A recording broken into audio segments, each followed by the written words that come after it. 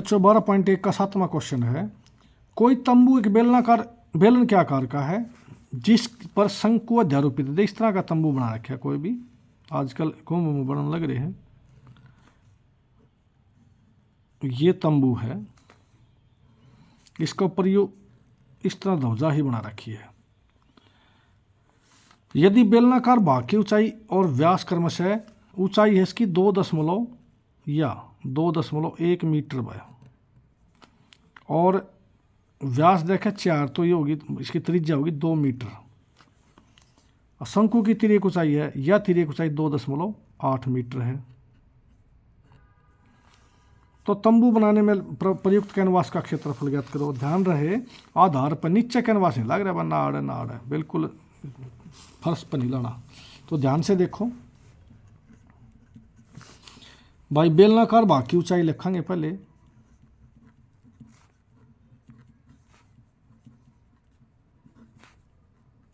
ऊंचाई बेलनाकार भाग की ऊंचाई जो है ना h, वो हमारी है 2.1 मीटर है। बेलनाकार भाग का व्यास कितना हो गया, वो हो गया 4 मीटर। बेलनाकार भाग की त्रिज्या 4/2 2 मीटर आएगी। ठीक है, अब शंक्वाकार भाग की लिख देंगे। शंक्वाकार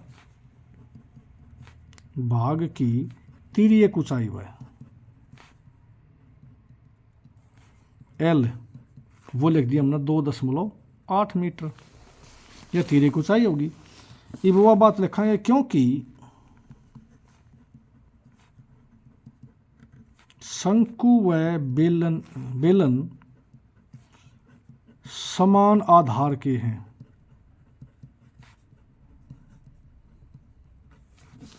तो इसलिए भाई शंक्वाकार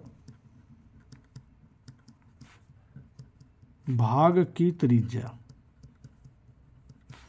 बराबर है बेलनाकार भाग की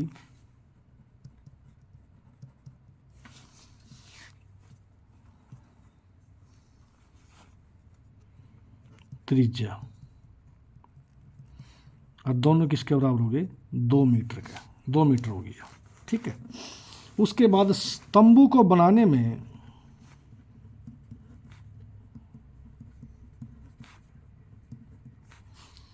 लगे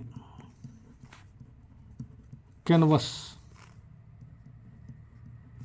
का अक्षेत्रफल। अब न्यू देखना भाई, ये तरपाल कित लाग रहा है। एक तो बेलनाकार भाग का वक्र के लाग रहा है और शंक्वाकार भाग का वक्र के लाग रहा है, और क्यों है नहीं, बराबर है। इसमें लिख देंगे बेलनाकार भाग का वक्र पृष्ठ क्षेत्रफल है जमा में शंक्वाकार भाग का वक्र पृष्ठ क्षेत्रफल, दोनों का वक्र पृष्ठ हो गया। ये बेलनाकार का तो 2πr/h है भाई, इसका हुआ πr/l, तो πr तो आ गया कॉमन, r रह गया 2h जमा में l हो गया। वैल्यू पुट कर दो भाई, 22/7 गुणा में r हमारा 2 हो गया, और 2 गुणा में h कितना 2.1 है, और l हमारा कितना था 2.8 भाई। तो 22/7 गुणा में 2, यू कितना हो गया 4.2, और ये 2.8, और ये बन गया भाई 22/7 गुणा में 2 और गुणा में 70, 7.07 बन गया, बस 7 कट गया, तो यू आ गया 44 वर्ग मीटर भाई, 44 वर्ग मीटर। उसके बाद क्या है, इसमें लागत लुगत का कोई जिक्र नहीं। 1 सेकंड भाई, इसकी लागत भी काटनी है भाई। 1 वर्ग मीटर पर कैनवस की लागत वह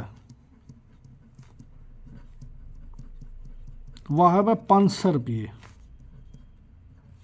और हमारे वर्ग मीटर 44 है, 44 वर्ग मीटर पर कैनवास की लागत होगी भाई 500 और गुणा में 44 बराबर आ गया 22,000 रुपये।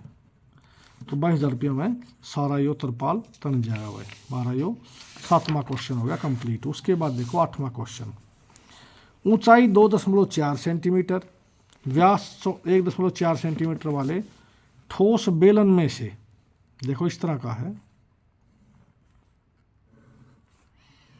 लकड़ी का गुटका टाइप है यो,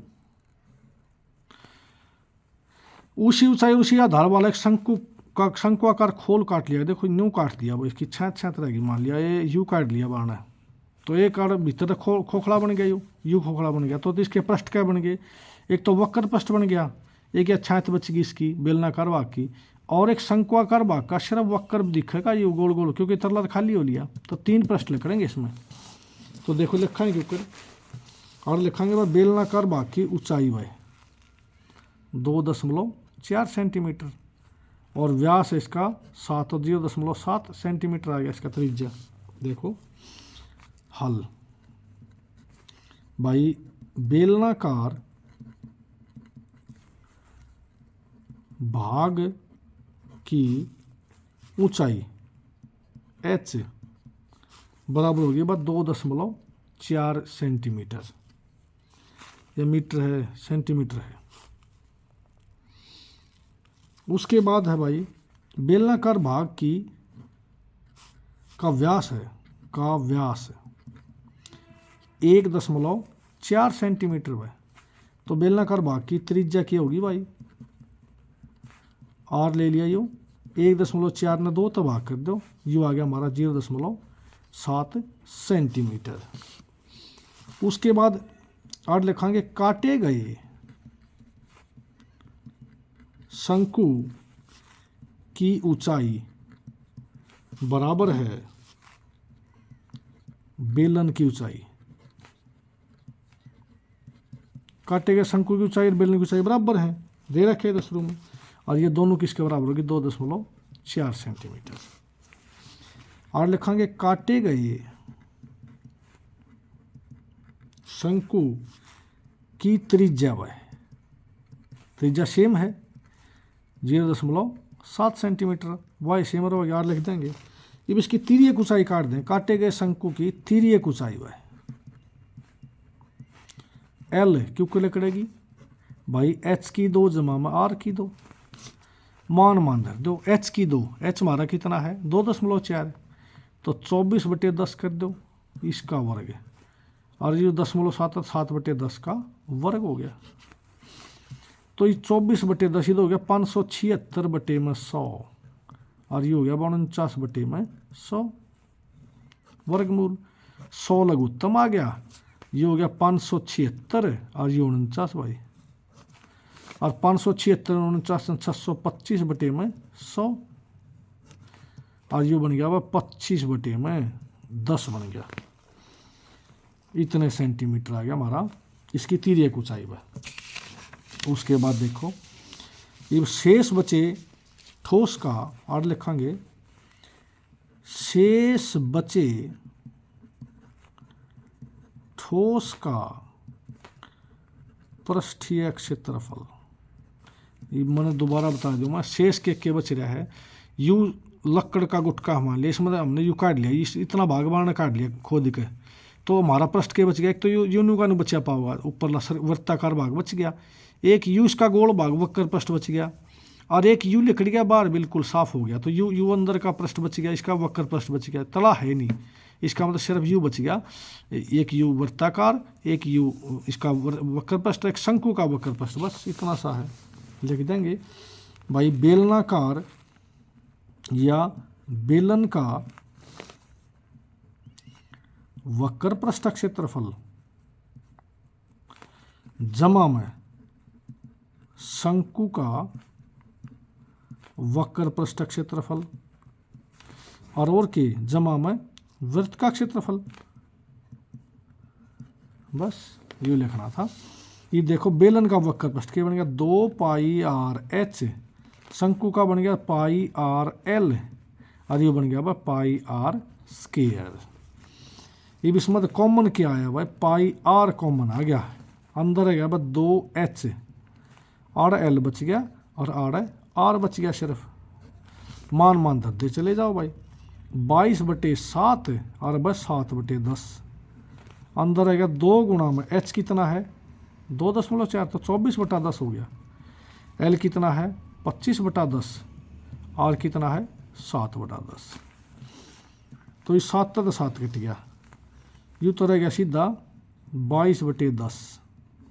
अंदर 10 लघुत्तम आ गया भाई, के बन गया 24 दूनी 48 और 25 और 7 वह तो के बन गया ये तो नुकानु 22/10 और यू क्या बन गया 80 बन गया। 8 7 8 5 13 7 20 हाँ 80/10 जो सा कट दो 1 0 तो 0 कट गया और 22 8 176/10 कहने का 17.6 वर्ग सेंटीमीटर जो है ना हमारा ये लकड़ी बच जाएगी बस। ठीक हो गया, इतना हमारा 8वां क्वेश्चन हो गया। उसके बाद 9वां क्वेश्चन देखो भाई, यो है 9वां। लकड़ी के एक ठोस बेलन के प्रत्येक सिरे से, देखो यो लकड़ी का गुटका है,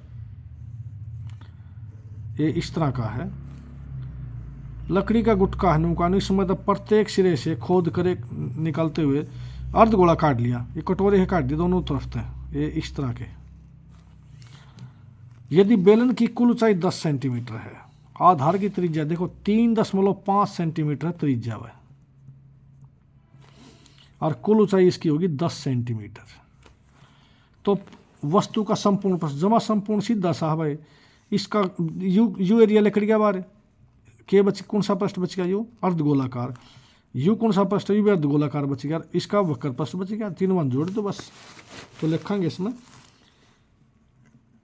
सबसे पहले बेलन की ऊंचाई वह एच वह हमारी 10 सेंटीमीटर, बेलन की त्रिज्या लिखेंगे भाई और वो हमारी 3.5 सेंटीमीटर है। ये क्योंकि अर्धगोला व बेलन समान आधार के हैं,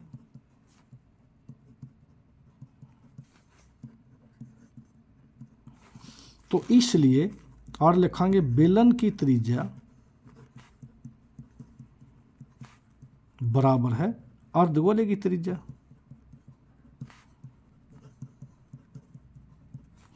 और दोनों किसके बराबर होगी भाई 3.5 सेंटीमीटर। उसके बाद देखो एक बार प्राप्त ठोस का संपूर्ण पृष्ठ क्षेत्रफल,